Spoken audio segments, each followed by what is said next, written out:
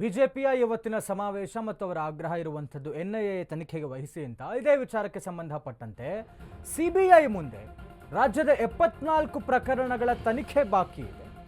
ಧರ್ಮಸ್ಥಳ ಪ್ರಕರಣವನ್ನು ಸಿಬಿಐ ಎನ್ಐಎಗೆ ಕೊಡಿ ಅಂತ ಕೇಳ್ತಾರೆ.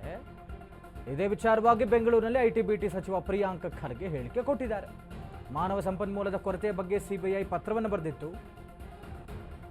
ಕೇಸ್ ಕೊಟ್ಟರೆ ನೀವೇ ಸಂಪನ್ಮೂಲ ಕೊಡಿ ಅಂತ ಹೇಳ್ತಾರೆ.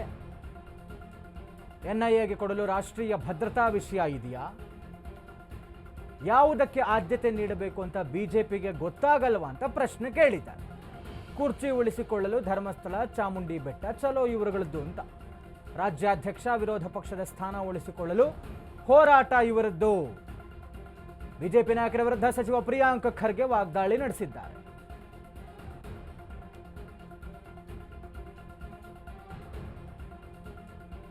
ಸಿಬಿಐ ಮುಂದೆ ಇಲ್ಲಿ ತನಕ ರಾಜ್ಯದ 74 ಪ್ರಕರಣಗಳ ತನಿಖೆ ಬಾಕಿ ಇದೆ. ಈ ಮಧ್ಯದಲ್ಲಿ ಈ ಬಿಜೆಪಿಯವರ ಹೋರಾಟ ಏನು ಮಾಡ್ತಾ ಇದ್ದಾರಲ್ಲ ಧರ್ಮದ ಪರ ಅಂತ, ಅದು ನಿಜವಾಗೂ ಧರ್ಮದ ಪರ ಅಲ್ಲ.